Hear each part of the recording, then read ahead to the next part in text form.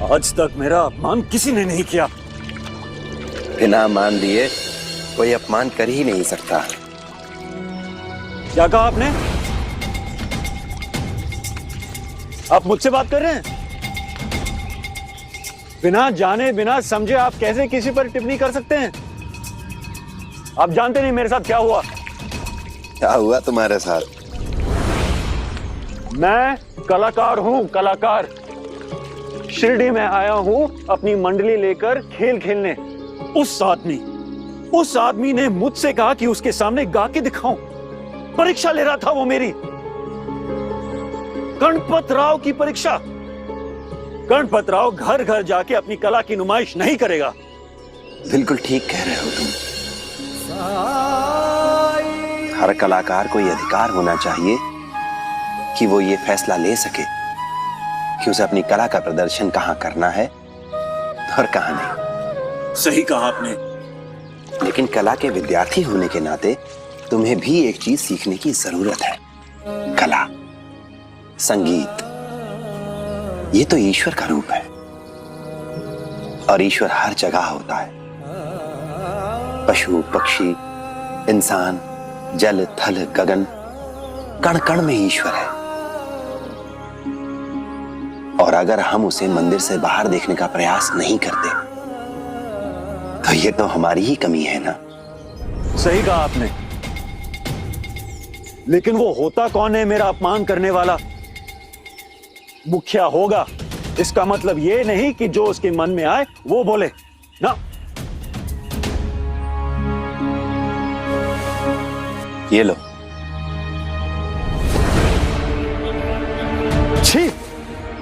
ये गंदा कपड़ा मुझे क्यों दिया? क्या आप भी मेरा अपमान करने की कोशिश कर रहे हैं? नहीं,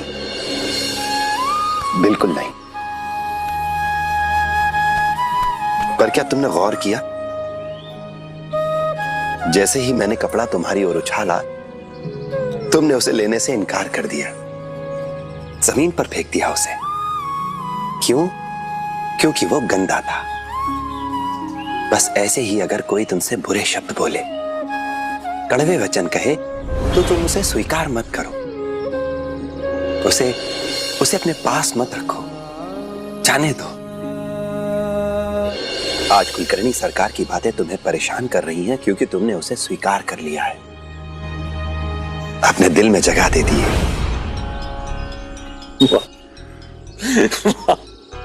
मान ना मान, मैं तेरा मेहमान। मैंने आपसे कुछ पूछा जो मुझे इतना भाषण दे रहे हैं? आप फकीरों का अच्छा है, बस भाषण देते रहो, खुद तो कुछ नहीं करेंगे। आप जैसे मांग के खाने वालों की आदत है लोगों की खरी खोटी सुनने की।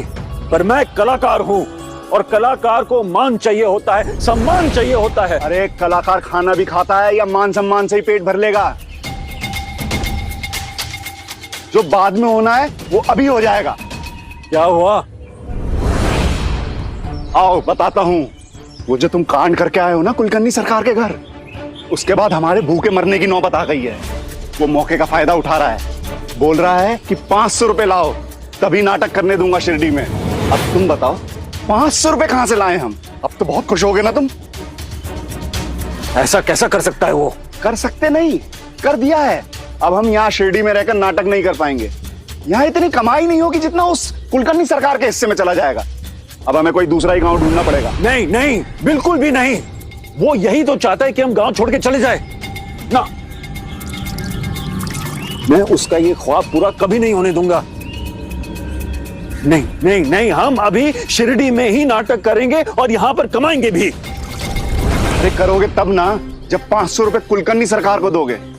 हमने तो अपने सारे पैसे नाटक के कपड़े, सामान और कलाकारों में खर्च कर दिए। अब 500 रुपए कहां से लाएंगे हम?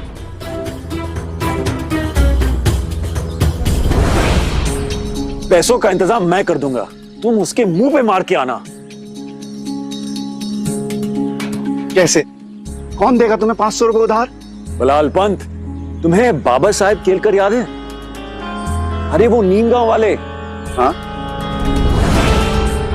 उन्होंने मुझसे एक बार कहा था कि अगर मुझे कभी भी उनकी मदद की जरूरत हो तो उनसे बेझिझक मांगो। बस हो गया इंतजाम।